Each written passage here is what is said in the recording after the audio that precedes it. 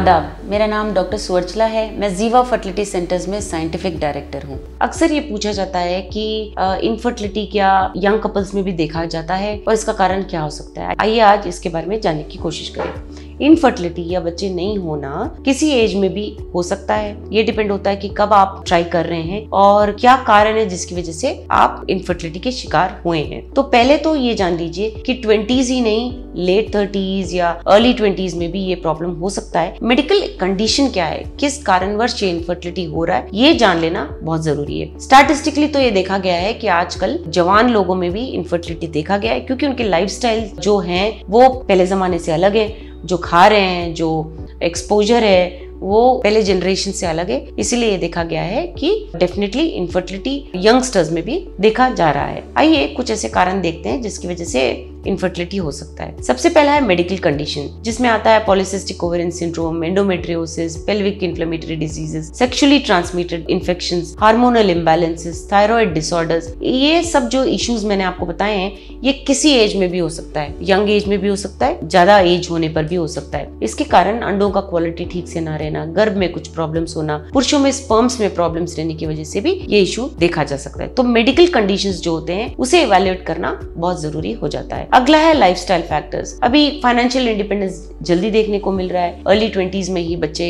कमा रहे हैं, लेट 20s तक आते आते उनके जो लाइफस्टाइल चेंजेस हैं उनकी वजह से भी इनफर्टिलिटी देखा जा रहा है और ये ट्रेंड बढ़ रहा है। लाइफस्टाइल चेंजेस से मेरा मतलब है smoking, excessive alcohol consumption, drug consumption. कई लोगों में फास्ट फूड कंजम्पशन बहुत ज्यादा देखा गया है। बहुत यंगस्टर्स अभी बाहर से खाना ज्यादा प्रेफर कर रहे हैं और अनहेल्दी खा रहे हैं। सॉफ्ट ड्रिंक्स पीना, ये सब भी इंडिविजुअल्स में ज्यादा देखा गया है। यंगस्टर्स में लाइफस्टाइल फैक्टर्स के कारण इनफर्टिलिटी होना बहुत ज्यादा देखा गया है। स्मोकिंग की वजह से, ड्रिंकिंग की वजह से, अल्कोहल कंजम्पशन की वजह से ये प्रॉब्लम्स कंपाउंड हो रहे हैं।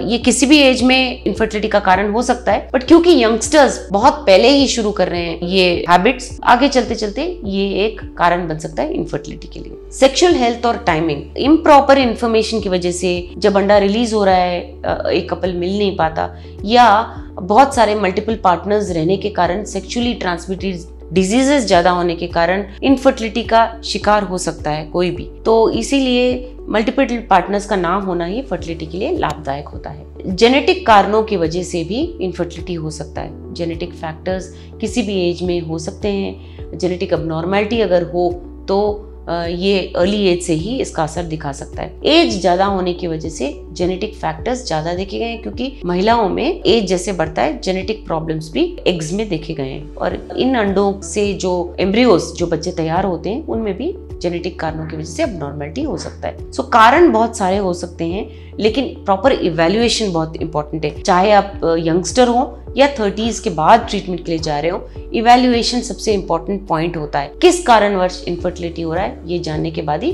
ट्रीटमेंट दिया जा सकता है। लेकिन अगर आप तुरंत ही इनफर्टिलिटी का प्रॉब्लम क्या है जान लें, उसके लिए ट्रीटमेंट अगर आप तुरंत ही शुरू करें तो सक्सेस रेट बेहतर होता है। इसके बारे में और जानकारी के लिए अवश्य जीवा फर्टिलिटी सेंटर्स आइए। हमने इस वीडियो बनाने के लिए बहुत मुशक्कत की है। मेहरबानी करके हमें लाइक और सब्सक्राइब जरूर कीजिएगा। शुक्रिया।